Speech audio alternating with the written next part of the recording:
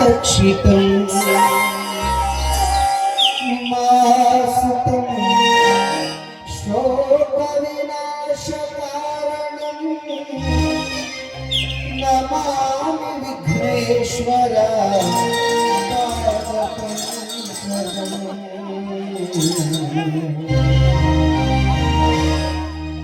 वन्दित श्री गणनाथने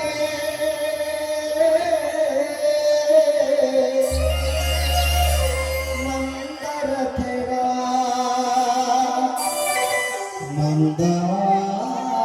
ಮಂದಾಸವದನನೆ ಭಕ್ತಿಯ ಪುಷ್ಪಗಳ ಅರ್ಪಿಸುವೆ ತವ ಪಾದಕ್ಕೆ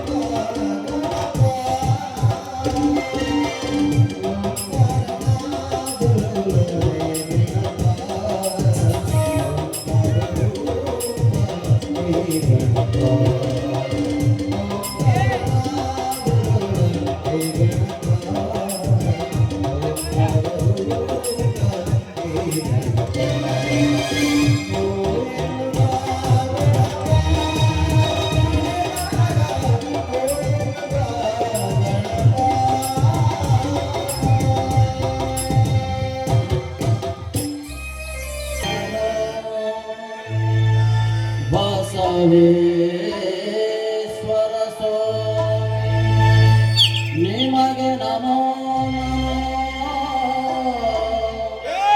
ನಿಮಗೆ ನಮೋ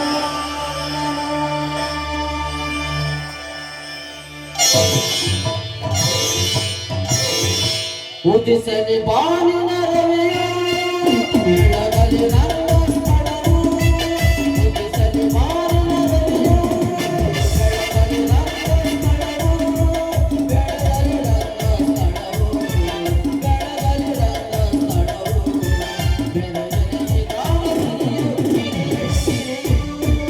ಉದಿಸಲಿ ಬಾನಿನ ರವಿಯು ಬೆಳಗಲಿ ನನ್ನ ಸ್ಥಳವು ಉದಿಸಲಿ ಬಾನಿನ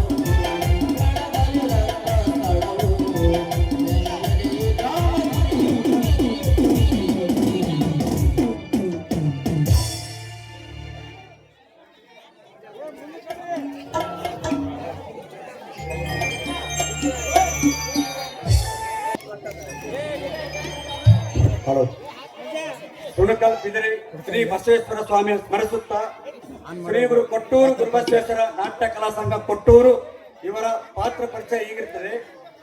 ಪಿ ನಾಗರಾಜ್ ಹಿರಿಯ ಕುಂಬಳಗುಂಟಿ ವಾಣಿಜ್ಯ ತೆರಿಗೆ ಸಹಾಯಕ ಆಯುಕ್ತರು ನಿವೃತ್ತ. ಪಾತ್ರ ಕಾರಪ್ಪ ಹಾಸ್ಯ ಪಾತ್ರತೆ. ಎಸ್ ಭೀಮಣ್ಣ ಕಂದಗಲ್ಲು ಶಿಕ್ಷಕರು, ಪಾತ್ರ ವಿಕ್ರಮ್ ಖಳನಾಯಕನ ಪಾತ್ರದಲ್ಲಿ. ಶಿವಪುತ್ರ ಸ್ವಾಮಿ ಎನ್.ಎಂ. ಶಿಕ್ಷಕರು, ಪಾತ್ರ ಧರ್ಮದ ಖಳನಾಯಕನ ಪಾತ್ರದಲ್ಲಿ.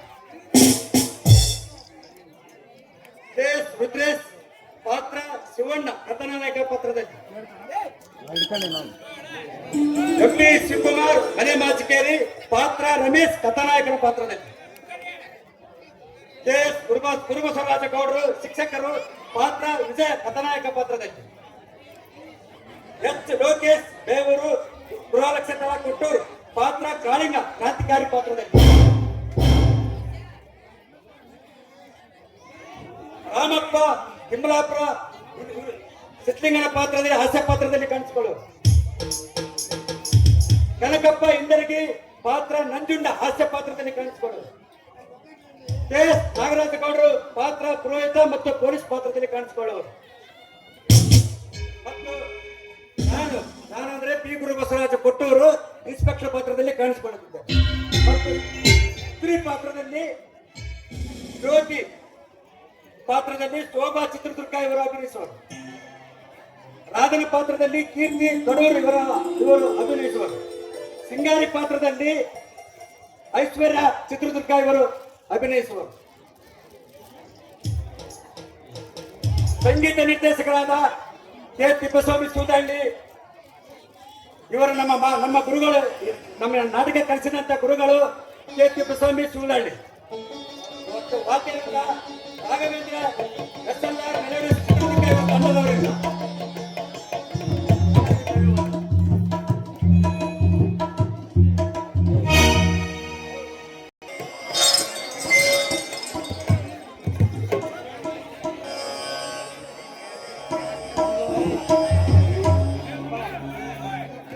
Namah Shivaya. Om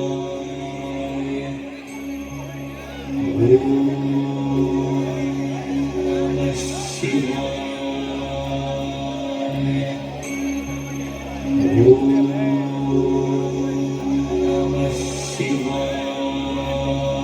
Om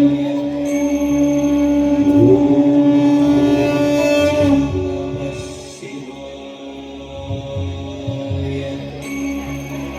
Om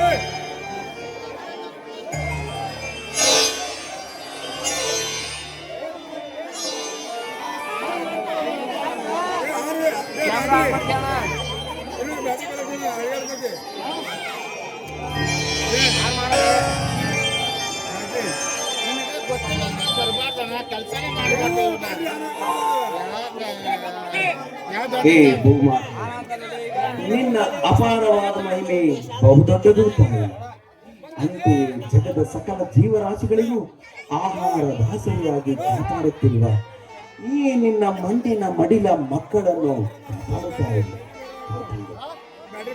ಸತತ 20 ವರ್ಷಗಳಿಂದ ಈ ನಮ್ಮ ಭೂಮಿ ಈ ಊರಿನ ಧನಿಕ ಧರ್ಮರಾಜನ ಕೈವಶವಾಗಿತ್ತು. ಮತ್ತೆ ಮರಳಿ ಈ ಭೂಮಿಯನ್ನು ಪಡೆಯಲು ನಾ ಪಟ್ಟ ಕಷ್ಟ ಅಷ್ಟಿಷ್ಟ. ದೇವರ ದಯೆಯಿಂದ ಭೂಮಿಯಲ್ಲಿ ಬಾವಿ ತೆಗೆಸಿದ್ದೇವೆ. ಸುಣಕಲ್ ಬಸವೇಶ್ವರ ಆಶೀರ್ವಾದದಿಂದ ಉತ್ತಮ ನೀರು ಕೂಡ ಸಿಕ್ಕಿದೆ. ಆದ್ದರಿಂದ ಗಂಗಾ ಮಾತೆಯನ್ನ ಹೃದಯನ ನಿರ್ಮಿಸುತ್ತೇವೆ. ಏನ್ ಶಿವಣ್ಣ, ನಿನ್ನ ಅದೃಷ್ಟ ಬಹಳ ಚೆನ್ನಾಗಿದೆ. ಎಷ್ಟು ದಿವಸ ನೀನು ಪಟ್ಟ ಕಷ್ಟ ನೋಡಿದರೆ ನೀನು ನಿಜವಾಗಲು ಮನುಷ್ಯನೇ ಆಗುತ್ತಿರಲಿಲ್ಲ. ಆ ದೇವರ ದಯೆ ನಿನ್ನ ಮೇಲಿದೆ. ಈ ಊರಿನಲ್ಲಿ ಶ್ರೀಮಂತರಾಗಿ ಮೆರೆಯುತ್ತಿರುವ ಆ ಧರ್ಮರಾಜನ ಕೈಯಾಗ ಯಾರ್ಯಾರು ಹೊಲ ಮನೆ ಅವ್ರ ಕೈ ಸೇರವೋ ಅವ್ರು ಯಾರಿಗೂ ಬಡ್ಡಿ ಸಿಕ್ಕಿಲ್ಲ. ಅವರ ಬಡ್ಡಿ ಸಾಲದಾಗ ಸಿಕ್ಕು ಹಾಕಿಕೊಂಡು ಇದುವರೆಗೂ ನಮಗ ಮಲಗಾಕ ಮನೆ ಇಲ್ಲ, ಬಿತ್ತಕ ಹೊಲ ಇಲ್ಲ. ಅಲ್ಲ ಅಂತ ಕೆಟ್ಟ ಮತ್ತೆ ನಮ್ಮ ಭೂಮಿ ಏನು ಅಷ್ಟು ಸುಲಭವಾಗಿ ನಮ್ಮ ಕೈ ಸೇರಿದ? ಆ ಧರ್ಮರಾಜನು ಮಾಡುವ ಒಂದೊಂದು ಈನ ಕೆಟ್ಟ ಕೃತ್ಯಗಳನ್ನು ನನ್ನ ಪುಟದಲ್ಲಿ ಬರೆದಿಟ್ಟುಕೊಂಡಿದ್ದೇನೆ. ಅದರಿಂದ ನನಗೆ ಸ್ವಲ್ಪ ನಡೆಯುತ್ತಿದ್ದಾನೆ ಆ ಧನಿಕ. ಆದರೆ ಆ ಧರ್ಮರಾಜನ ಬಡವರ ಮೇಲೆ ಮಾಡುವ ದಬ್ಬಾಳಿಕೆಯನ್ನು ನಾನೆಂದೂ ಸಹಿಸುವುದಿಲ್ಲ. ನಿಮ್ಮೆಲ್ಲರಿಗೂ ನ್ಯಾಯ ಸಿಗುವಂತೆ ನಾನ್ ಮಾಡ್ತೇನೆ ಕಳಿಂಗ. ಅಣ್ಣ, ಅಂತ ಶ್ರೀಮಂತರ ಕೆಟ್ಟ ಕೃತ್ಯಗಳಿಗೆ ನೀವು ಬಲಿಯಾಗುವುದು ಬೇಡ. ಯಾಕೆಂದ್ರೆ ಆ ಶ್ರೀಮಂತರು ಇಡೀ ಊರಿಗೆ ಹುಲಿಯಾಗಿ ಬೆಳೀತಾರೆ. ಅಂದ್ರೆ ಜ್ಯೋತಿ, ಆ ಧರ್ಮರಾಜ ಮಾಡುತ್ತಿರುವುದು ಸರಿ ಅಂತೀಯಾ? ಅದು ಶುದ್ಧತೆ ಕಣ್ಣ. ಆದ್ರೆ ಅವರು ಹಣದಿಂದಾಗಿ ಹೆಣವನ್ನು ಕೂಡ ಮಾತನಾಡುವಂತ ಶಕ್ತಿಯನ್ನು ಹೊಂದಿದ್ದಾರೆ. ಆದ್ರೆ ನಮಗೆ ಬೇಕಾಗಿದ್ದೇನು? ಭೂಮಿ. ಅದು ನಮ್ಮದಾಯ್ತಲ್ಲ, ಇಲ್ಲದ ಬೇಡ ಅಂತ ನಮಗೇಕೆ ಬೇಕು? ಬೇಕಮ್ಮ, ಬೇಕು. ಎಲ್ಲರ ಹಿತಾಸಕ್ತಿಯೂ ಬೇಕು. ಆ ಧರ್ಮರಾಜನ ದಬ್ಬಾಳಿಕೆಯಿಂದಲೇ ತಂದೆ ತಾಯಿಯನ್ನು ಕಳೆದುಕೊಂಡು ಅನಾಥನಾಗಿ ಅಲೆಯುತ್ತಿರುವುದು. ಆ ಧರ್ಮರಾಜನ ಹಿನ್ನೆಲೆ ನಿನಗಿನ್ನೂ ಗೊತ್ತಿಲ್ಲಮ್ಮ ಜ್ಯೋತಿ, ಗೊತ್ತಿಲ್ಲ. ಹೋಗ್ಲಿ ಬಿಡು ಶಿವಣ್ಣ, ಏನೋ ತಿಳಿಯಲಾರದ ತಂಗಿ ಹೆದರಿ ಮಾತನಾಡುತ್ತೆ. ಅಂತೂ ಶ್ರಮಪಟ್ಟು ಹೊಲದಲ್ಲೊಂದು ಬಾವಿ ತೆಗೆಸಿದೆ. ನಿನ್ನ ತಮ್ಮ ರಮೇಶನನ್ನು ಸಾಕಷ್ಟು ಓದಿಸಿ ವಿದ್ಯಾವಂತನನ್ನಾಗಿ ಮಾಡಿದೆ. ಇನ್ನೇನು ತಮ್ಮ ನೌಕರಿ ಸೇರಿದರೆ ನೀನು ಕೂಡ ಕುಬೇರನೇ ಅಲ್ಲವೇ? ಆ ಕುಬೆಯನ್ನು ಪಟ್ಟ ನನಗೆ ಯಾಕೋ ಕಾಳಿಂಗ. ನನ್ನ ಕರ್ತವ್ಯವನ್ನು ನಾನು ಮಾಡಿದ್ದೇನೆ.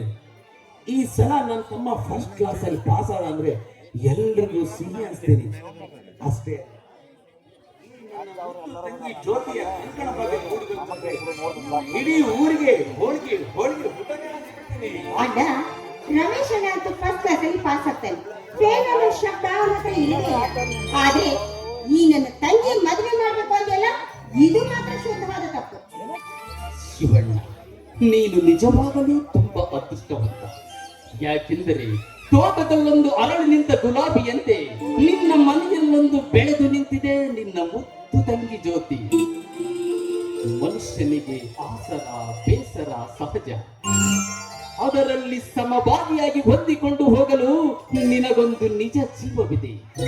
ನನ್ನ ಹಾಗೆ ನೀನು ಅನಾಥನೂ ಅಲ್ಲ, ನನ್ನಂತ ನತದೃಷ್ಟನೂ ನೀನಲ್ಲ. ಯಾಕೋ ಕಾಳಿಂಗ ಮನಸ್ಸು ಮುಖಂಡಿಯ. ನಿನ್ನ ಜೀವನದ ಕಥೆ ನನಗೆ ಚೆನ್ನಾಗಿ ಗೊತ್ತು ಕಣ.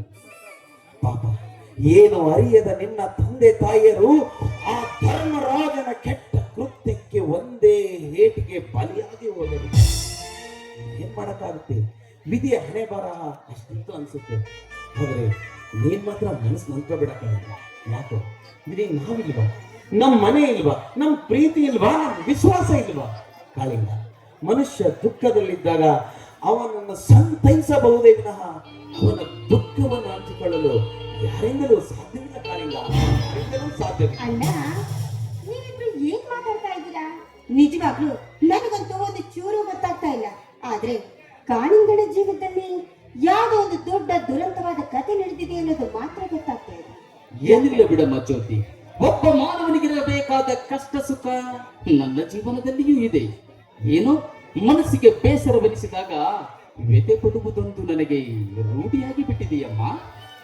ಜ್ಯೋತಿ, ಈ ಕಾಳಿಂಗ ಇಷ್ಟು ಬೆಳೆದು ದೊಡ್ಡವನಾಗಲು ಆತನ ಮಾತಾಪಿತೃಗಳ ಹಿತರಕ್ಷಣೆಯಿಂದಲೂ ಅಲ್ಲ, ಬಂಧು ಬಾಂಧವರ ಸಹಾಯದಿಂದಲೂ ಅಲ್ಲ. ಕಾಡಿನಲ್ಲೊಂದು ದೊಡ್ಡ ಆಲದ ಮರ ಬೆಳೆದು ವನ್ಯ ಪ್ರಾಣಿಗಳಿಗೆ ನೆರಳಾದಂತೆ ಈತನದೂ ಒಂದು ಬದುಕು. ಹಾಗಾದ್ರೆ ಕಾಳಿಂಗನ ಜೀವನ ಹೀಗಾಗೋದಕ್ಕೆ ಕಾರಣ ಮತ್ತಾವ ಕಾರಣ? ಈ ಊರಿನಲ್ಲಿ ಯಮರಾಜನಂತೆ ಸೊಟ್ಟಿನಿಂದ ನೀತಿ ತಪ್ಪಿ ನಡೆಯುತ್ತಿರುವ ಧನಿಕ ಧರ್ಮರಾಜ ನನ್ನ ಹೆತ್ತ ತಂದೆ ತಾಯಿಯ ಪ್ರಾಣ ತೆಗೆದಿದ್ದಲ್ಲದೆ ನನ್ನ ಆಸ್ತಿ ಪಾಸ್ತಿ ಮನೆ ಎಲ್ಲವನ್ನೂ ತನ್ನಂತೆಯೇ ಮಾಡಿಕೊಂಡು ಬಿಟ್ಟ. ನನ್ನ ತಾಯಿ ಹೃದಯ ವೇದನೆಯಿಂದ ನರಳುವುದನ್ನು ನೋಡಲಾರದೆ,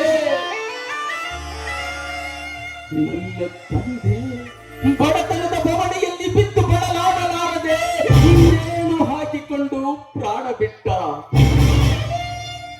ಆ ನೋಟವನ್ನು ಕಂಡ ತಕ್ಷಣವೇ ನನ್ನ ತಾಯಿ ಹೃದಯಾಘಾತವಾಗಿ ರಕ್ತ ಕಾರಿಕೊಂಡು ಪ್ರಾಣ ಬಿಟ್ಟಳು.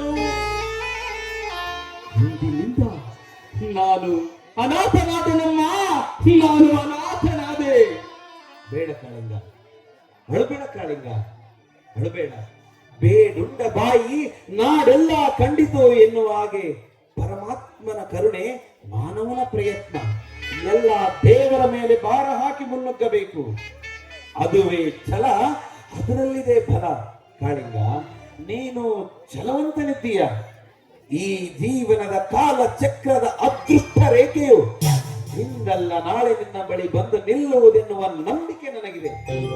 ಚಿಂತಿಸಬೇಡ ಕಾಳಿಂಗ, ನಾನಿದ್ದೀನಿ, ಧೈರ್ಯವಾಗಿರು. ಶಿವಣ್ಣ, ನನಗಿರುವುದು ಒಂದೇ ಒಂದು ದೊಡ್ಡ ಚಿಂತೆ ಎಂದರೆ ನನ್ನ ವಂಶವನ್ನೇ ನರಕ ಕುಂಡದಲ್ಲಿ ನೂಕೆ ಅಷ್ಟೈಶ್ವರ್ಯದ ಅಧಿಪತಿಯಾಗಿ ಸ್ವರ್ಗದ ಸಿಂಹಾಸನವನ್ನೇರಿ ಕುಳಿತ ಧನಿಕ ಧರ್ಮರಾಜನ ರುಂಡ ಚೆಂಡಾಡುವ ತನಕ ನನ್ನ ಆತ್ಮಕ್ಕೆ ಶಾಂತಿ ಇಲ್ಲ, ನಿತ್ಯ ಇಲ್ಲ, ನೀರಡಿಕೆ ಇಲ್ಲ. ಇದ್ದರೂ ಅದೇ ಚಿಂತೆ, ಇದ್ದರೂ ಅದೇ ಚಿಂತೆ. ಆ ಚಿಂತೆಯಿಂದ ಚೇತರಿಸಿಕೊಳ್ಳಬೇಕಾದರೆ ಕಾಲ ಮಿಂಚಬೇಕು ಶಿವಣ್ಣ, ಕಾಲ ಮಿಂಚಬೇಕು. ಕಾಳಿಂಗ, ಕಲಿಯುಗ ತುಂಬಾ ಕೆಟ್ಟು ಹೋಗಿದೆ ಕಾಳಿಂಗ. ಆ ಪರಮಾತ್ಮನು ಕಾಲಕ್ಕೆ ತಕ್ಕಂತೆ ನಮ್ಮ ಕಾಲಿಗೆ ಗೆಜ್ಜೆ ಕಟ್ಟಿ ಕುಣಿಸುತ್ತಿದ್ದಾನೆ. ಕುಣಿಯುವ ಬರದಲ್ಲಿ ತಾಳ ತಪ್ಪಿ ನೆಲಕ್ಕೆ ಬಿದ್ದರೆ ನೀಟಾದ ಟೊಂಕ ಮುರಿಯುವುದು ಕುಣಿಯುವವನದೇ ಹೊರತು ನೋಡುವವನದಲ್ಲ. ಕಾಳಿಂಗ, ದೀಪ ಎಣ್ಣೆ ಇರುವವರೆಗೂ ಉಳಿಯುತ್ತದೆ, ಎಣ್ಣೆ ಮುಗಿದ ಮೇಲೆ ತಾನೇ ನಂದಿ ಹೋಗುತ್ತದೆ. ಆ ಧರ್ಮರಾಜನ ಒಂದೇ ದೀಪ ನಂದಿಸಬೇಕಾದರೆ ಈ ಕಾಳಿಂಗನೇ ಕೈ ಎತ್ತಿ ನಿಲ್ಲಬೇಕು. ಬಡತನದ ಭಾಗ್ಯೋದಯದ ಬಾಳಿಗೆ ನಾನೊಂದು ಹೊಸ ದೀಪ ಹಚ್ಚಲೇಬೇಕು. ಶ್ರೀಮಂತರ ಹಟ್ಟಹಾಸಕ್ಕೆ ಸವಾಲು ಹಾಕಿ ಸೇಡಿ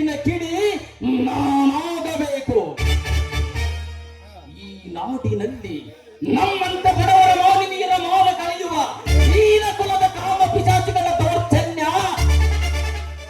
ದಿನ ದಿನಕ್ಕೂ ಹೆಚ್ಚುತ್ತಾ ನಡೆದಿದೆ. ಸಮಾಜದ ಕಣ್ಣಿಗೆ ಮಣ್ಣೆರಚಿ ಒಳ್ಳೆಯವರಂತೆ ನಡೆಸುವ ಅಂತ ಗೋಮುಖ ವ್ಯಾಘ್ರಗಳ ಸೊಕ್ಕು ಮುರಿದು ಸಿಕ್ಕ ಹೋಗಿ ಥಳಿಸಿ ಸಂತೋಷ ಪಡುವುದೇ ಈ ಕಾಳಿಂಗನ ಕ್ರಾಂತಿ. ಅಲ್ಲ, ಹೆಣ್ಣು ಮಕ್ಕಳ ಜೀವನದಲ್ಲಿ ಅನ್ಯಾಯ ನಡೀತಾರೆ. ಆ ಅನ್ಯಾಯಕ್ಕೆ ಮಗಳನ್ನ ಹಾಡಬೇಕು ಅಂದ್ರೆ ಅದು ನಿನ್ನಿಂದ ಮಾತ್ರ ಆಗುವುದಕ್ಕೆ ಸಾಧ್ಯ. ನೋಡಲ್ಲ, ನಿನಗೆ ಇನ್ನಷ್ಟು ಧೈರ್ಯ ಸ್ಥೈರ್ಯವನ್ನು ಕೊಡ್ಲಿ ಅಂತ ಆ ದೇವರನ್ನು ನಾನು ಸದಾ ಬಂದ್ಕೊಂಡೆ. ಅಂತೂ ಅಣ್ಣ ತಂಗಿ ಇಬ್ರು ಸೇರಿ ದುಷ್ಟ ಶಕ್ತಿನ ಆದಿಶಕ್ತಿ ಸಂಹರಿಸೋ ತರ ಏನೋ ಮಾಡ್ಲಿಕ್ಕೆ ಕೊಟ್ಟಿದ್ದೀರಾ. ಹಾ ಜ್ಯೋತಿ, ತುಂಬಾ ಹೊಟ್ಟೆ ಹಸಿತಾ ಇದೆಯಮ್ಮ. ಹೊತ್ತು ಎಷ್ಟಾಯ್ತು, ಊಟಕ್ಕೆ ಕಳಿಸ್ಬಾಮ್ಮ. ಅಲ್ಲ, ಇವತ್ತು ನಿನಗೊಂದು ವಿಷಯ ಹೇಳೋದನ್ನೇ ಬರ್ತಿದ್ದೆ. ಈ ದಿನ ಏನು ವಿಶೇಷ ಅಂತ ಹೇಳು ನೋಡೋಣ. ನೆನಪಾಗ್ತಾ ಇಲ್ಲಮ್ಮ. ಏನಡ ನೀನು ಇವತ್ತು ಅಣ್ಣ ತಂಗಿಯರ ಬಂಧು ಅದು ನೀನು ಇಷ್ಟು ಇನ್ನು ರಕ್ಷಣೆ ಇದು ಆಗ್ಲಿಲ್ಲಮ್ಮ. ಆಗೋದಿಲ್ಲಲ್ಲ, ಅದಕ್ಕೆ ನಾನೇ ರಾತ್ರಿ ತಗೊಂಡಿದ್ದೀನಿ. ಬಾ. ಹೌದಾ? ಅದು ರಮೇಶ ಬರ್ಬೇಕಾಗಿತ್ತಲ್ಲ, ಇಷ್ಟೊತ್ತು ಯಾಕೆ ಬರ್ಲಿಲ್ಲ? ಈಗ ಬಂದೆ ಬಿಟ್ಟಾಳು.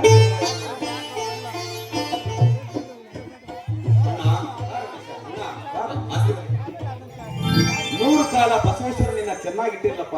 ಎಲ್ಲದರಲ್ಲೂ ಫಸ್ಟ್ ರ್ಯಾಂಕ್ ಅಲ್ಲಿ ಪಾಸ್ ಆಗು. ನನಗೆ ನನ್ನ ಕೊರತೆ ಮತ್ತು ರಕ್ತಗಳಂತೆ ನನ್ನ ಅಣ್ಣಂದಿರು. ವಜ್ರ ವೈಡೂರ್ಯಕ್ಕಿಂತಲೂ ಬೆಲೆ ಬಾಳುವ ಈ ನನ್ನ ತಂಗಿ ಜ್ಯೋತಿ, ಅಷ್ಟ ಐಶ್ವರ್ಯವೇ ತುಂಬಿರುವ ಈ ನನ್ನ ಮನೆಯಲ್ಲಿ ಈ ನಿನ್ನ ತಮ್ಮ ರಮೇಶನಿಗೆ ಎನ್ನ ಕೊರತೆ. ನಿಜ ಕಣ ರಮೇಶ, ನಿಜಾನೇ ಹೇಳಿದೆ ನೀನು. ಹಾ ಜ್ಯೋತಿ, ನಿನ್ನ ಅಣ್ಣನಿಗೆ ಹಕ್ಕಿಕಟ್ಟಮ್ಮ. ಸರಿ.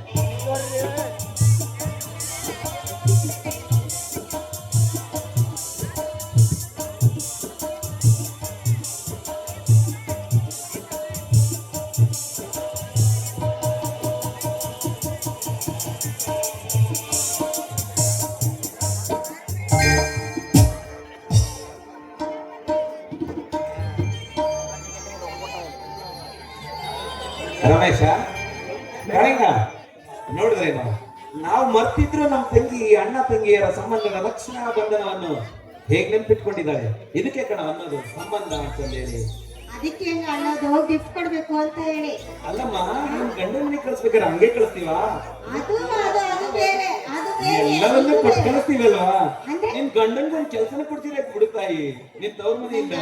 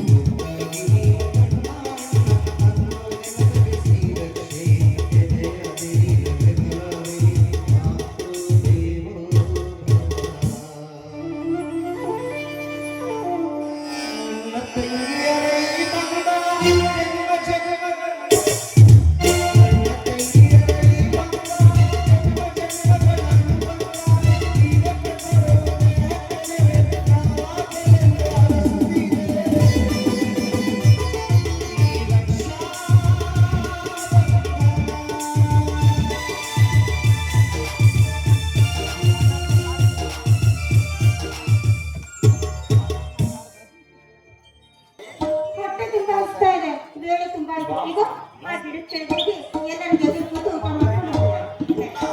ನಾನು ಮನೆಗೆ ಊಟ ಮಾಡಿ ಬೆಂಗಳೂರಿಗೆ ಹೋಗ್ತೀನಿ ನಾನು ಕಾಲೇಜ್ಗೆ. ಮನೇಲಿ ಬೇಡ, ಇಲ್ಲೇ ಊಟ ಮಾಡ್ಕೊಂಡು ಹೋಗ್ತೇನೆ ನೋಡಿ.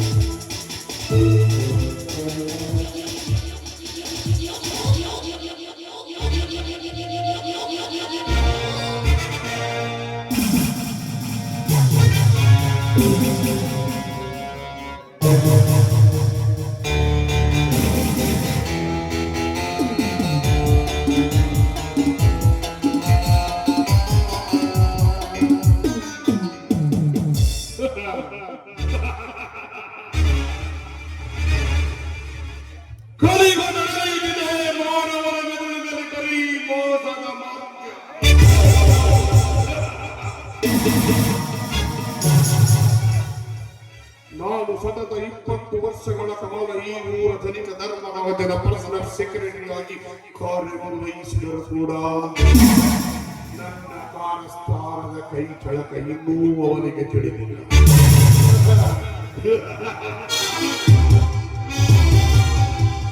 ಅವನಂತೆ ನಾನು ಒಳ್ಳೆಯವನಾಗಿ ನಡೆಸಿ ಕೊನೆ ಬಂದಿದ್ದರೆ ನನ್ನ ಮೋಸದ ಪೀಡಾರದಲ್ಲಿ ಅವನ ಆಸ್ತಿ ಪಾಸ್ತಿಯನ್ನು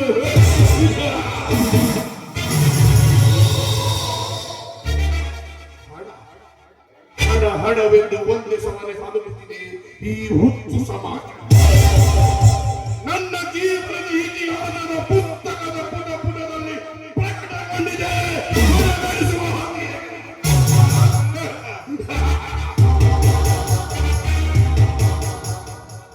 ಹಣಕ್ಕಿಲ್ಲಿ ಬೆಲೆ ಇದೆ, ಹಣಕ್ಕಿಲ್ಲಿ ಬೆಲೆ ಇದೆ, ಹಣಕ್ಕಿಲ್ಲಿ ಕೊಲೆ ಇದೆ.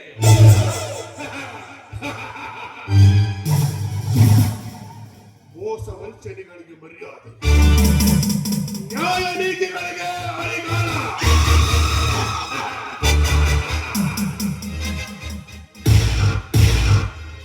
ಹಣ ಅಂತಸ್ತು ಇದ್ದವನೇ ಈ ನಾಡಿನಲ್ಲಿ ಬದುಕಬಲ್ಲ. ಇಷ್ಟೆಲ್ಲ ಬಂದಿದ್ದು ನಾನೇಕೆ ನ್ಯಾಯ ನೀತಿಗಳ ಬಗ್ಗೆ ತಲೆ ಕಳಿಸಿಕೊಳ್ಳಬೇಕು? ಹೇಗೋ ಧರ್ಮರಾಜನ ಫ್ಯಾಕ್ಟರಿಯ ಬಿಡಿ ಸಾಮಾನುಗಳ ಖರೀದಿಗೆಂದು ನಾನು ಬಾಂಬೆಗೆ ಹೋಗಿದ್ದೆ. ಅಲ್ಲಿ ಖರ್ಚಾಗಿದ್ದು ಕೇವಲ 10 ಲಕ್ಷ. ಲೆಕ್ಕಕ್ಕೆ ಹೊಚ್ಚಿದ್ದು 20 ಲಕ್ಷ. ಲಕ್ಷಕ್ಕೆ ಲಕ್ಷ ಲೆಕ್ಕದಲ್ಲಿ ಬೀರಿದ್ದವನಿಗೆ ನೋಡಾಡಿದ್ದರನ ಬಂದ ಕಟ್ಟಿದ್ದ ಬುದ್ಧಿ.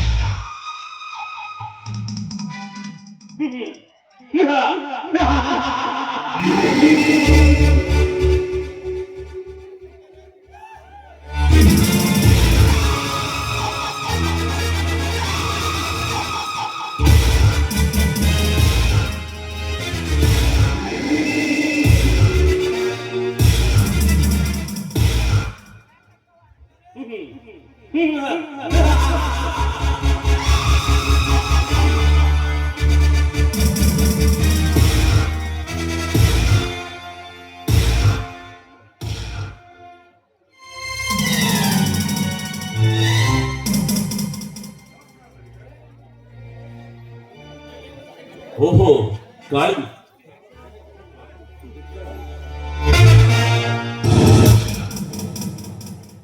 ಓಹೋ ವಿಕ್ರಮ್, ಬಾಂಬೆಯಿಂದ ಯಾವಾಗ ಬಂದೆ? ಓದ್ ಕೆಲ್ಸ ಎಲ್ಲ ಪಕ್ಕ ಆಯ್ತು ತಾನೇ? ಹೋದ ಕೆಲಸ ಸಕ್ಸಸ್ ತನಿಖರೆ. ಆದರೆ ನಮ್ಮ ಫ್ಯಾಕ್ಟರಿಯ ಬಿಡಿ ಸಾಮಗ್ರಿಗಳು ಸಿಗಬೇಕಾದರೆ ಬಹಳ ಕಷ್ಟ. ಏಕೆಂದರೆ ಅಂದಿಗಿಂತ ಇಂದಿಗೆ ರೇಟು 2 ಪಟ್ಟು ಜಾಸ್ತಿಯಾಗಿ ಬಿಟ್ಟಿದೆ. ಕೆಲಸಕ್ಕೆ ಅಡ್ಡಿಯಾದಾಗ ಅನಿವಾರ್ಯ ಕೊಂಡುಕೊಳ್ಳಲೇಬೇಕಾಯ್ತು. ಹಣ ಎಷ್ಟಾದ್ರೇನು ಕೊಂಡ್ಕೊಂಬ ಅಂತ ನಿನ್ನ ಕಳಿಸಿದ್ದಿಲ್ವೇ? ಅಂದ್ಹಾಗೆ ಬಾಂಬೆಗೆ ಹೋಗಿ ಬಂದ ಖರ್ಚು ವೆಚ್ಚ ಎಲ್ಲ ಎಷ್ಟಾಯ್ತು? ಸಾಮಾನುಗಳೆಲ್ಲ ಒರಿಜಿನಲ್ ಇವೆ ತಾನೇ? 10 ವರ್ಷ ಅಗ್ರಿಮೆಂಟ್ ಬರೆದು ಕೊಟ್ಟಿದ್ದಾರೆ ಧನಿಕರೇ. ಮಾಲ್ ಮಾತ್ರ ಪಕ್ಕ. ನೀವು ಲೆಕ್ಕ ಕೇಳಿದ್ರಲ್ಲ, ಎಲ್ಲ ಖರ್ಚು ವೆಚ್ಚದೊಂದಿಗೆ ವಿವರವಾಗಿ ಬರೆದಿದ್ದೇನೆ ನೋಡಿ.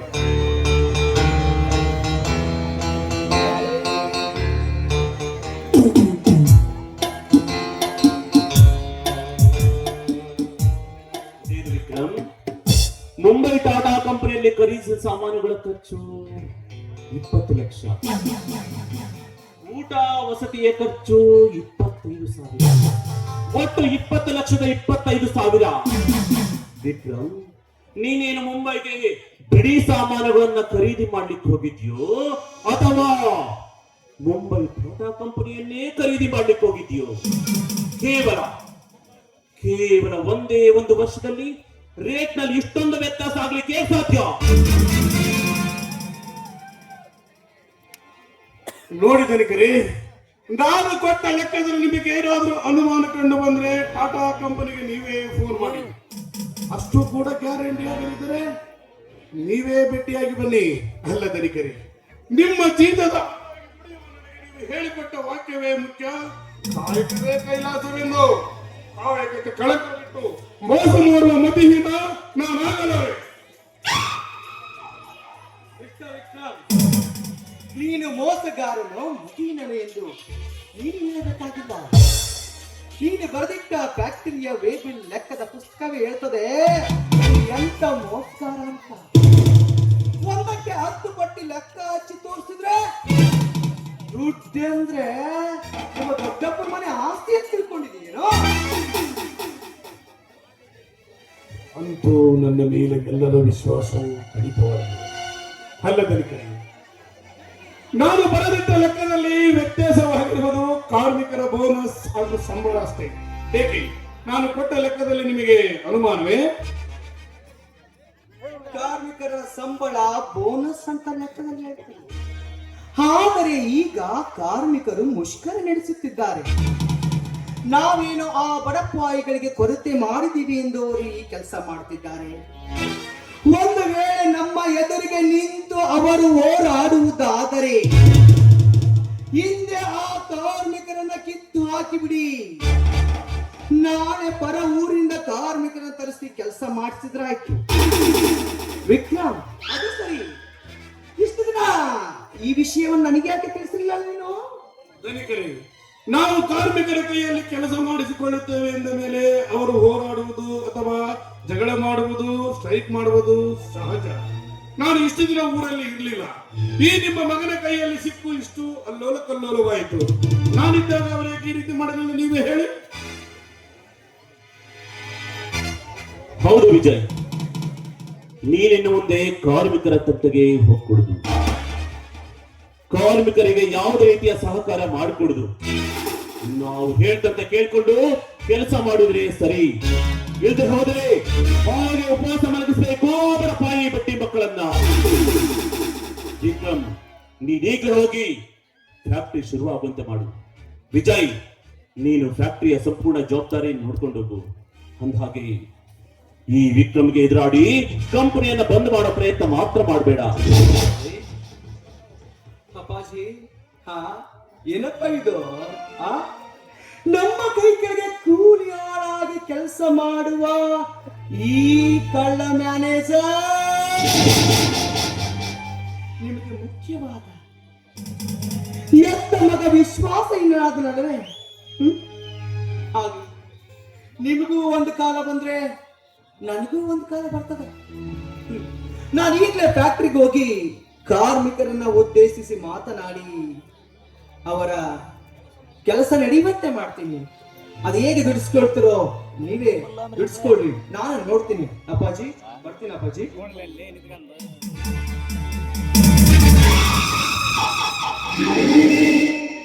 ಧನಿಕರೇ, ಮಾತಿನಲ್ಲಿ ನಿಮ್ಮ ಮಗ ಬಲು ಚಾಣಾಕ್ಷ.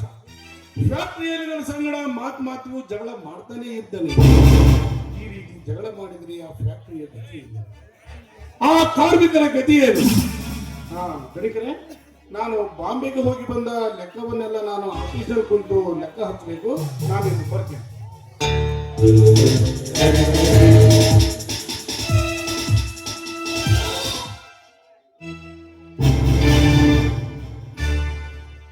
ನನ್ನ ಮಗ ವಿಜಯ್, ನಾ ಹೆತ್ತ ಮಗ ವಿಜಯ್ ಇತ್ತೀಚೆಗೆ ನನ್ನ ಮಾತನ್ನೇ ಸರಿಯಾಗಿ ಕೇಳ್ತಿಲ್ಲ, ನನಗೆ ಎದುರಾಗಿ ನಡೀತಾ ಇದ್ದಾನೆ. ಆದ್ರೆ ಈ ನನ್ನ ಪರ್ಸನಲ್ ಸೆಕ್ರೆಟರಿ ಆದ ವಿಕ್ರಮ್ ನಿಜವಾಗ್ಲೂ ಮೋಸಗಾರನಲ್ಲ. ಸತತ 20 ವರ್ಷಗಳಿಂದ ನನ್ನ ಫ್ಯಾಕ್ಟರಿಯಲ್ಲಿ ಬಹಳ ವಿಶ್ವಾಸದಿಂದ ಕೆಲಸ ಮಾಡ್ತಾನೆ. ಆದರೆ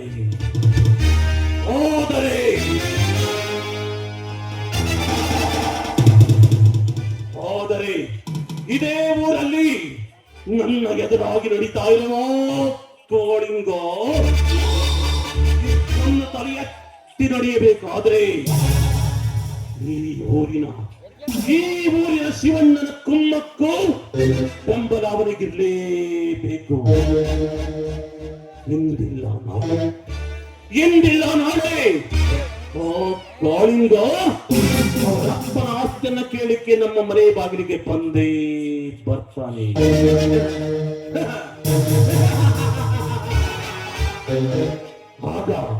ಆಗ ನೋಡ್ಕೊತೀನಿ ಅವನ ಜೋಣತನದ ಮರ್ಮನ.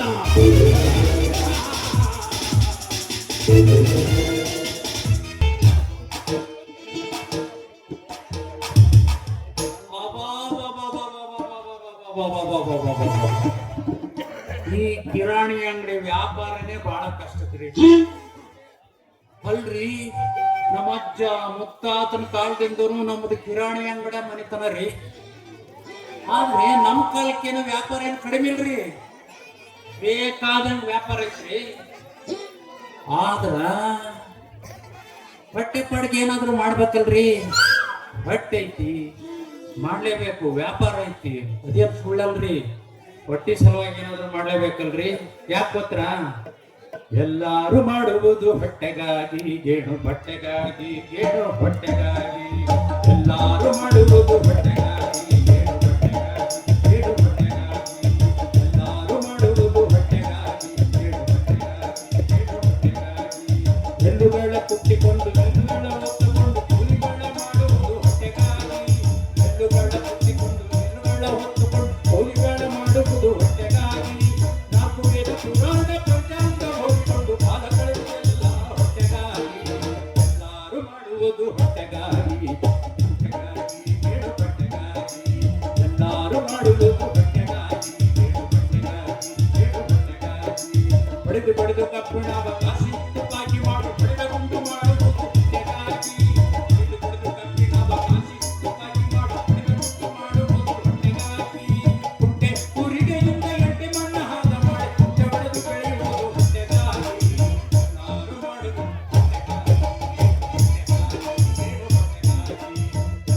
ಮಾಡುವುದು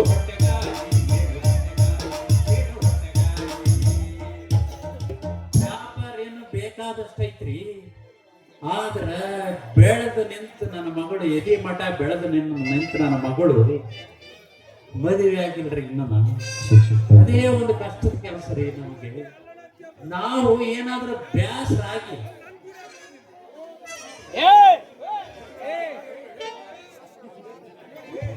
ಆಗಿ ಮಗಳ ಒಂದ್ ಸ್ವಲ್ಪ ಕುಂದ್ರವ ಅಂಗಡಿ ಮುಂದೆ ಅಂತ ಹೇಳು ಹೋಗೋದು ಒಂದೇ ತಡ್ರಿ. ಈ ಕಲ್ತ್ ಹುಡುಗರು ಇರ್ತಾವಲ್ರಿ ಊರಾಗ, ಈ ಅಂಗಡಿ ಮುಂದಿನ ಉಣಿಸಿ ಕಟ್ಟಿ ಮೇಲೆ ಕುತ್ಕೊಂಡು ಒಬ್ಬೊಬ್ಬ ಒಂದು ಹಾಡು ಹೇಳ್ತಾನ್ರಿ. ಒಬ್ಬ ಬರ್ತಾನ, ಯಾವ ದೇಶದ ಹೆಣ್ಣು ಏಳು ರಂಗಿಲ್ಲ ಅಲ್ಲ, ಕುಂತ ಕುದುರೆ ಮ್ಯಾಲ ಮಾಡ್ತಾಳೆ ಡೌಲ. ಉಳ್ದಂಗೆ ಡೌಲ, ಉಳ್ದಂಗೆ ಡೌಲ.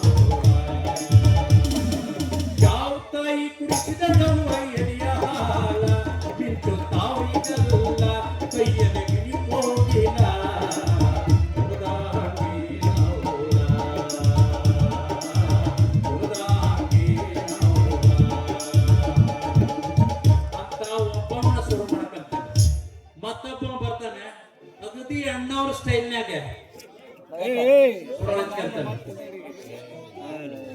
ಬೆಳದಿಂಗಳಾಗಿ ಬಾ, ಬೆಳದಿಂಗಳಾಗಿ ಬಾ, ತಂಗಾಳಿಯಾಗಿ ನಾನು ಆನಂದವ ನೀಡುವೆ,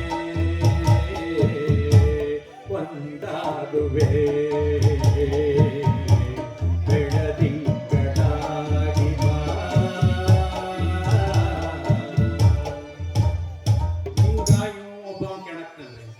ಇನ್ನು ಮೂರನೇವ, ಏ ಹುಡುಗಿ ಅಲ್ಲೇ ನಿಲ್ಲು, ನಿನ್ನ ಕಣ್ಣೆ ಕಾಮನ ಬಿಲ್ಲು, ಬಿಡಲೇನೆ ಪ್ರೇಮದ ಬಾಣ ಈಗ,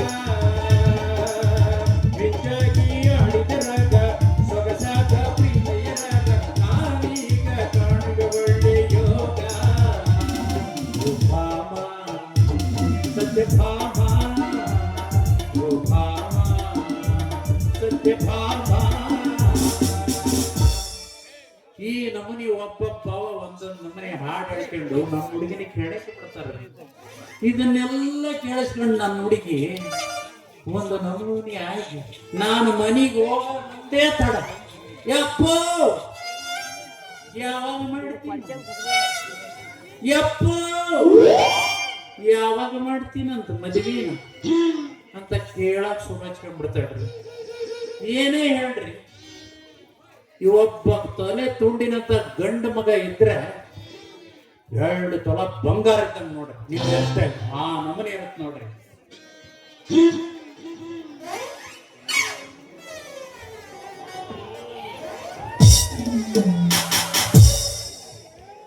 ಯಪ್ಪ ಯಪ್ಪ ಯಪ್ಪ ಹೋಯ್ತು ನಂದಲ್ಲ ಹೋಯ್ತು.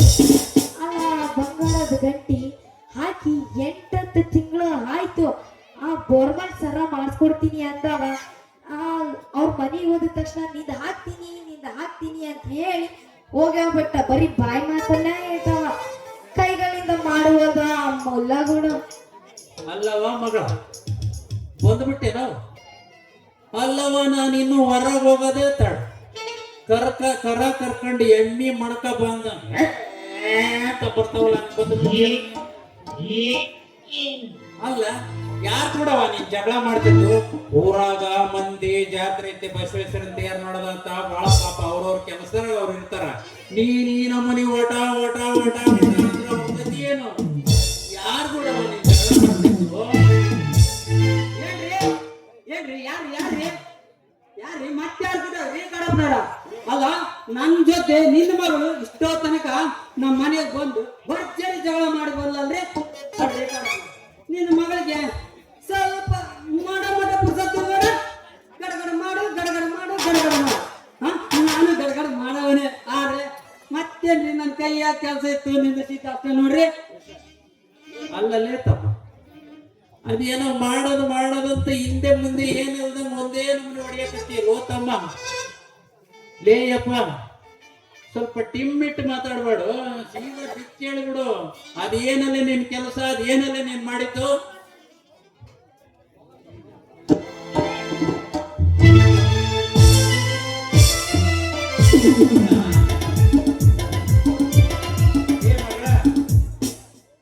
ನೀನ್ ಏನೇ ಜಗಳ ತೆಗಿ, ನೀನ್ ಏನೇ ಮಾಡು, ನೀನಂತೂ ನನ್ನ ಮುತ್ತಿನ ಮಗಳು ನೋಡ, ನಂದ ನಿನ್ನಂಥ ಮಗಳು ನನ್ಗೆ ಹುಟ್ಟಿರೋದು ನನ್ನ ಜನ್ಮ, ಪೂರ್ವ ಜನ್ಮದ ಪುಣ್ಯ. ನನಗೆ 10 ಜನ್ಮ ಪುಣ್ಯ. ಸಾರ್ಥಕ ನೋಡವ. ನನ್ನ ಅಪ್ಪ ನೀನು ಬಂಗಾರಪ್ಪ.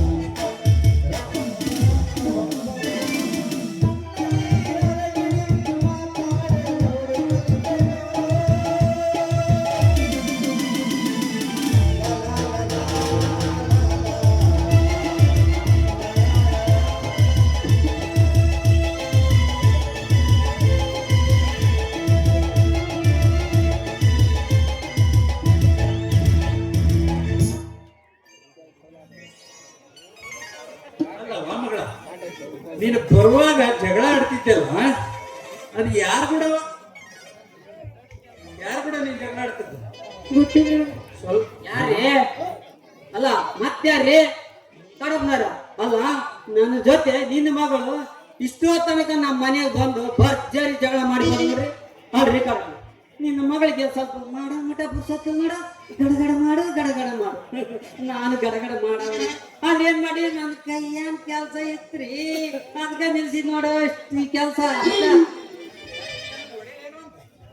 ಅಲ್ಲ ಲೇತಮ್ಮ, ಅದಕ್ಕೆ ಏನು ಹಿಂದೆ ಮುಂದೆ ಏನೂ ಇಲ್ಲ. ಏನು ಮಾಡತನ ಪುರ್ಸತ್ತಿಲ್ಲ ಏನಂತ ಮೊದಲು ಕೆಲಸ ಹೇಳ ಲೇತಮ್ಮ. ಅವು ಮಾತುಗಳು ಸ್ವಲ್ಪ ಸರಿಯಾಗಿ ಬರಲ್ವ ಯಪ್ಪ? ಯಪ್ಪ ಎಲ್ಲ ಉಂಡ್ ಬಂದಲ್ಲ ಅದಕ್ಕ ಮಾತಾಡ್ತಾವ. ಎದಕ್ಕವ ಉಂಡ್ ಬಂದಾರಲ್ಲ ಅದಕ್ಕ ಮಾತಾಡ್ತಾವ. ನೀನು ಉಪವಾಸ ಬಂದೇನವ? ಈ ಊರಾಗ ಯಾರು ಉಪವಾಸ ಇಟ್ಟಲ್ಲ ಹೇಳತ್ತೀನಿ. ನೀನು ಉಪವಾಸ ಇಟ್ಟಿಯಲ್ಲ. ನೀನ್ ಸರಿಯಾಗಿ ಮಾತಾಡೋದು ಕಲ್ತ್ಕತ್ತಮ್ಮ. ಏನ್ ಕೆಲಸ, ಏನ್ ಮಾಡಿತ್ತು, ಏನ್ ತಡ್ಕೊಂಡದ್ದು ಸೀದಾ ಬಿಡಿಸಿ ಹೇಳು ತಮ್ಮ. ಸಿದ್ಲಿಂಗ ಹೇಳಿದ್ದು ಏನ್ ಕೆಲಸ ಕನಸು ಕಾಣ್ತಿದ್ದಾನವ. ನಾನು ನಿಮ್ಮ ಮನೆ ಹಳೆ ಆಗಿದ್ರ ಈ ಬಂಡ್ ಉದ್ಯೋಗ ಯಾಕೆ ಮಾಡ್ತಿದ್ದೆ ಹೇಳ?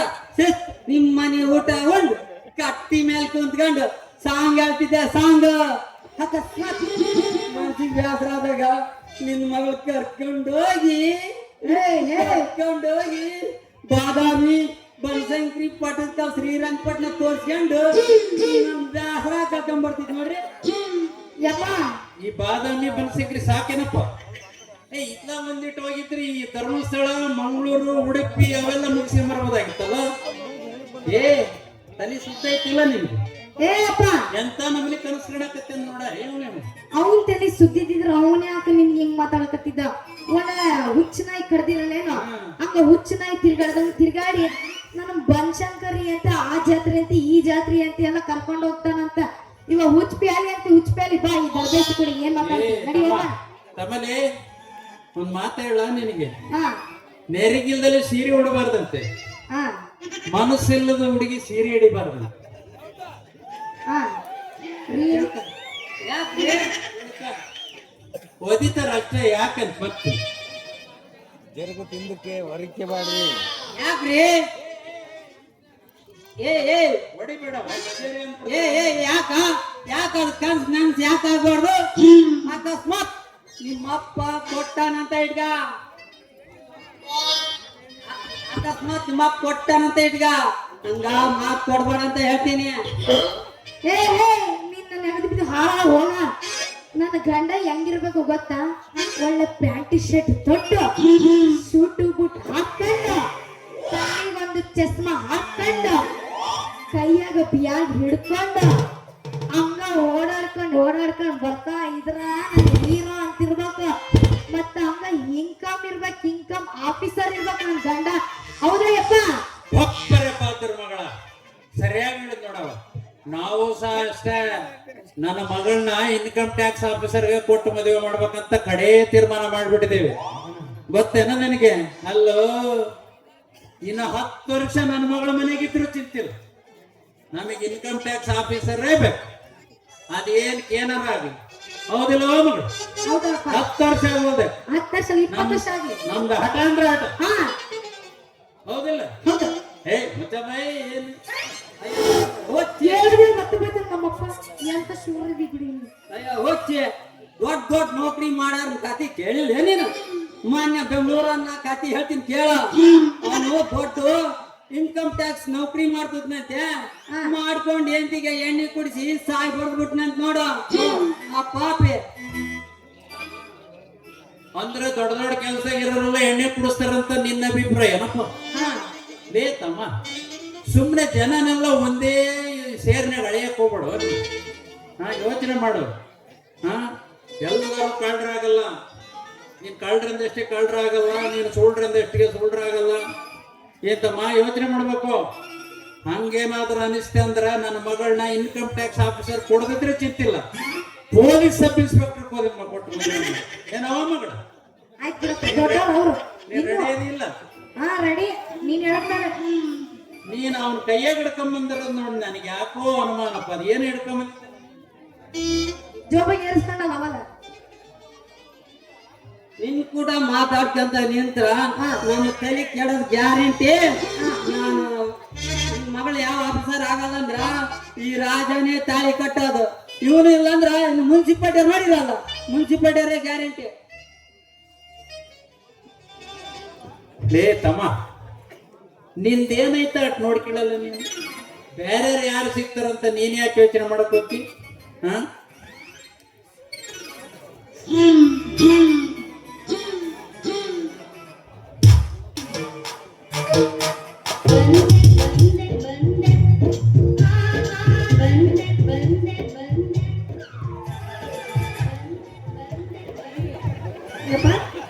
ಅವ ಏನಂತದ್ ಹೇಳೋದಲ್ಲ. ಆ ಮುನ್ಸಿಪಾಲ್ಟಿ ಕ್ಯೂನಾಗ ನಾನು ಸಿಕ್ಕೊಂಡು ಕೆಲಸ ಮಾಡ್ತೀನಿ ಅಂತ ಆ ಮುಲ್ಲ ಬರ್ಲಿ, ಇವತ್ತು ಸಿಗ್ಲಿ, ಹಿಟ್ಟಿಟ್ಟು ಬಾರಿಸ್ತೀನಿ ನೋಡು. ನೀನ್ ಯಾಕವ ತಲೆ ಕೆಡಿಸ್ಕೊಂತಿ ಅದನ್ನ? ಆಚಾರ್ಯ ಹೇಳೋರ ಮನೆ ಮುಂದೆ 16 ಮಂದಿ ಬಿಡಿಕ್ಯಾರ ಹಂಗದ, ಹಂಗ ಹೇಳ್ತಿರ್ತಾರ ಅವ್ರು. ನೀ ಸುಮ್ಮನೆ ತಲೆ ಕೆಡಿಸ್ಕೊಬೇಡ ನೀನ್ ಅದೆಲ್ಲ.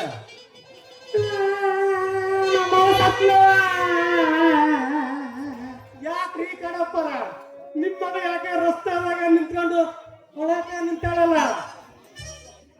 ಮತ್ತೇನಾರ ಹಾಗೆ ತನಿಖೆಗೆ ತೆರಿ ನೋವು, ನಡ ನೋವು ಇವು ಏನಾರ ಶುರುವಾಗಿ ಅನೇಕಿಗೆ ಹಂಗೇನಾರ ಇದ್ರಿ ಹೇಳ್ರಿ ಕಡಪ್ಪರ.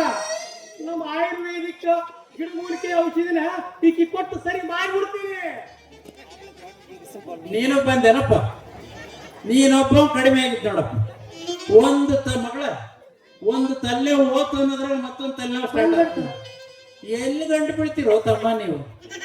ಅಲ್ಲಲ್ಲೇ ನಿಮ್ಗೇನು ಸರಿಯಾಗಿ ವಿಚಾರ ಮಾಡಕ್ಕೆ ಬರೋಲ್ಲ. ಅದೇನ ಬೇರಂತ. ಯಾವ ಬೇರ? ನನ್ನ ಮಗಳಿಗೆ ಹೇಳಿದ್ರೆ ನಿನ್ನ ಬೇರಿಗೆ ಕೈ ಹಾಕ್ಬಿಡ್ತಾಳೆ ಆಕಿ. ನಮಗೆ ಯಾವ ಬೇಕಾಗೈತ್ರಿ ಕಾರಪ್ಪರ?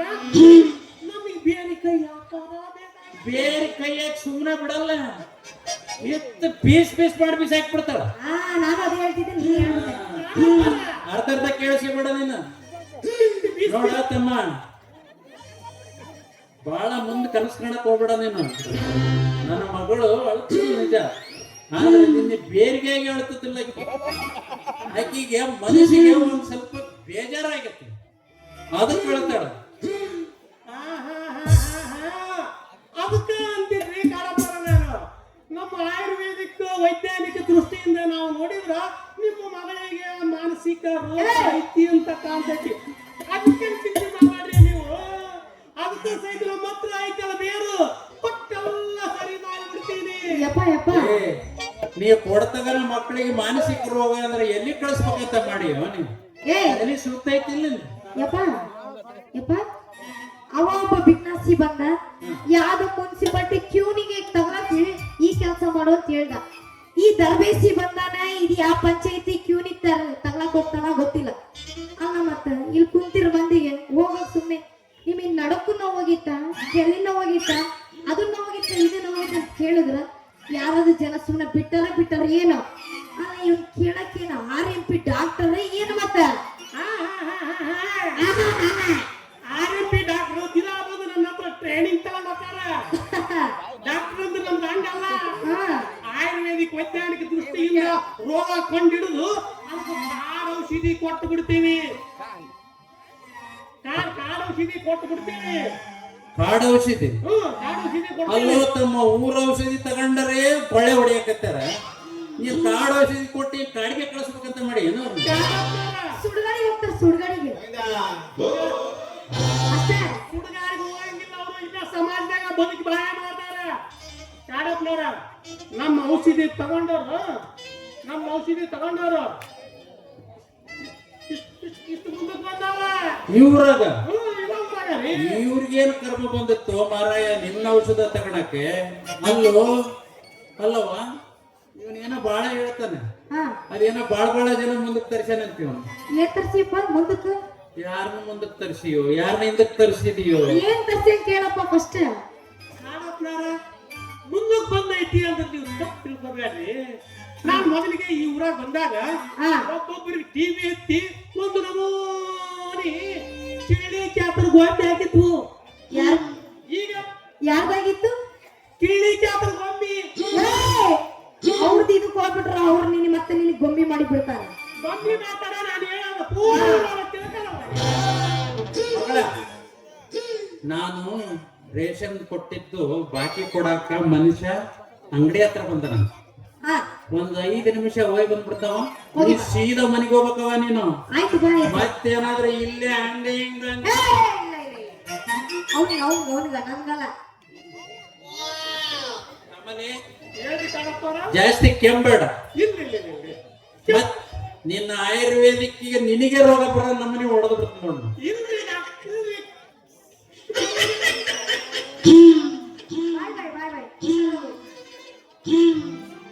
ನಮ್ಮಪ್ಪ ಹೋದ, ಮುಗಿತ್ ನಮ್ಮ ಅಪ್ಪಂದು. ಹೋಗ್ನಾ? ಹಾ ನಿಮ್ಮ ಅಪ್ಪ ಹೋದ? ಹೋದ. ಈಗ ಮತ್ತೆ ಮುಂದೆ ನಂದನಿಂದ ಕತಿಯಾಗಿ ಏನ್ ಬರಲ್ಲ. ಹಾ ಹಾ. ಬಾ ಮತ್ತೆ ಮಾಡೋಣ. ಬಾ ಹೊಡಿ ಹೋಗ್ಬೇಕು.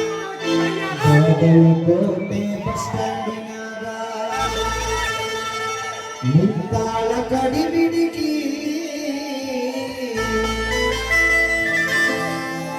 ಕಾಲೇಜ ಮುಗಿಸಿ ಗಡಬಡ ಮಾಡಿ ಬರುತ್ತಾಳ ನನ್ನ ಹುಡುಕಿ, ಬರುತ್ತಾಳ ನನ್ನ ಹುಡುಕಿ.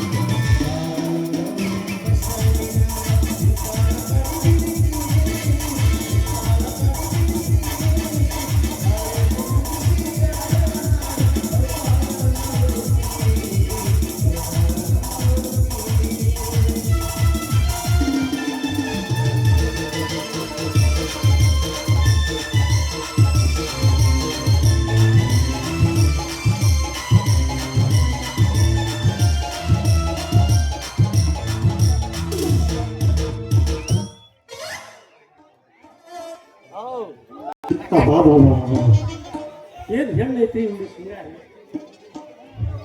ಇವಳು ಕಣ್ಣು ಒಳೆಯುವ ನಕ್ಷತ್ರ, ಇವಳು ಗಲ್ಲ ಸೇಬು ಹಣ್ಣು, ಇವಳು ಮೂಗು ಮಾಗಿದ ಮಾವು.